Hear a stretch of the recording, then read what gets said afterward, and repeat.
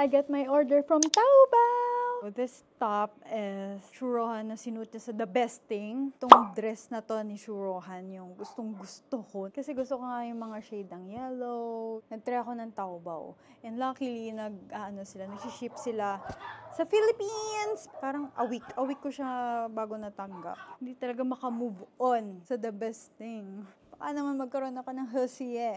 Pagka sinuot ko to. 790 pesos. Plus shipping fee na 200 plus. Pero okay lang kasi nakuha ko yung gusto ko na style. Tapos medyo complicated lang umorder kasi naka-Mandarin yung Taobao. Sinaga ko yun. Pero ayun, nakarating naman siya.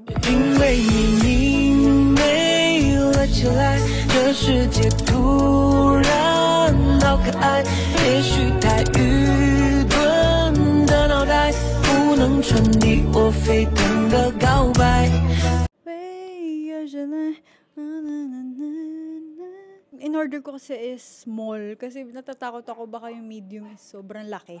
Kasi based dun sa reviews, small yung in-order nila. Pero sabi ko parang kabady ko yung mga Chinese na nag-review. Pero yung kay Shurohan is parang oversized.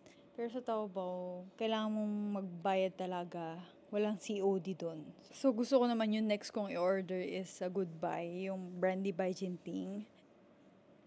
In-order ko to sa DOUX Girl. Basta pinakita ko yung picture nung kay Shurohan. Meron kasi dun parang camera. Tapos para i-match nila kung sino yung nagbebenta ng ganun style. Love it!